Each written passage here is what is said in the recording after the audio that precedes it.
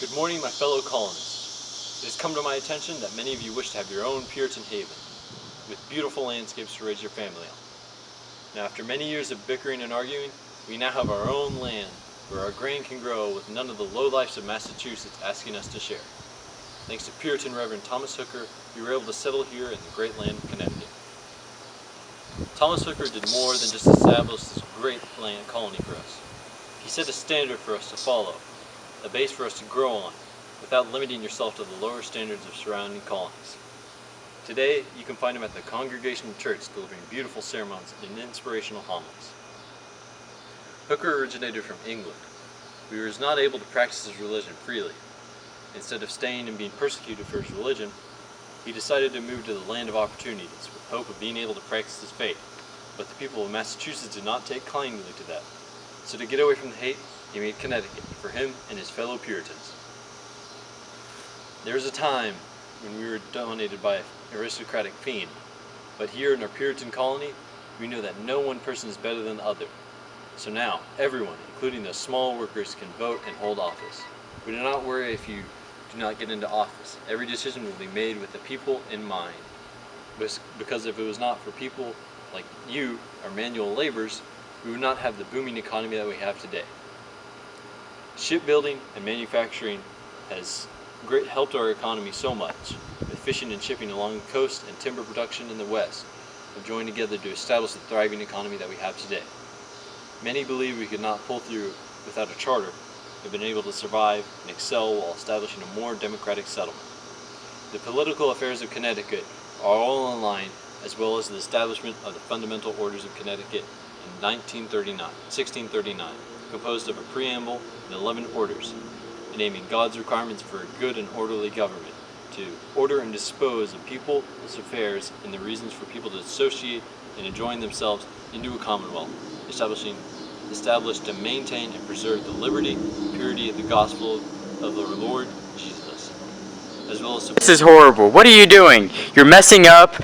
You're not reading properly. You don't want to bore the people around here.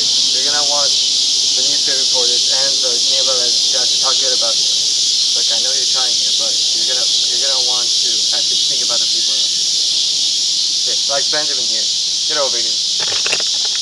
How you doing? Look, I've done this for many years, and the key thing you have to do is remember your audience. You have to make sure they're entertained, make sure they're interested in coming to your colony. Come, I'll show you around.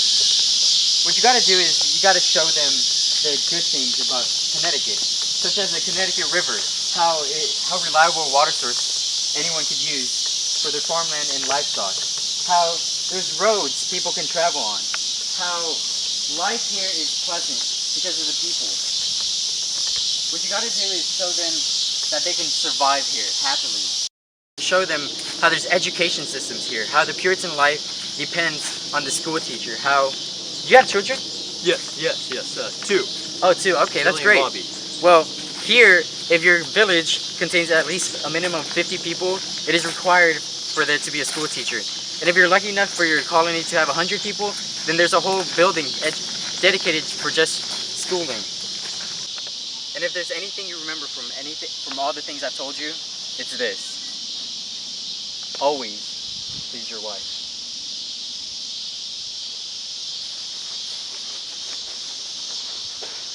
When the director first called me over, I was in shock. I thought to myself, finally, this is my chance. This is my chance to ruin Connecticut's campaign and bring glory to Massachusetts again. For months I've lived among the people of Connecticut, trading with them, working with them, eating with them, and among that time I realized I am like them. Connecticut's my home. I spent days and weeks in denial, thinking Massachusetts was right for me all along, right for everyone. That a city colony like Connecticut should never thrive. But after listening to this campaign, I thought, I felt pity. They stated fact after fact, but they avoided how beautiful, how great it is to actually live here.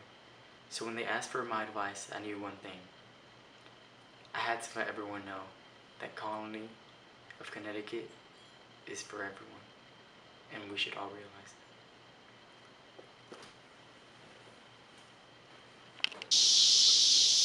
My God, isn't Connecticut beautiful?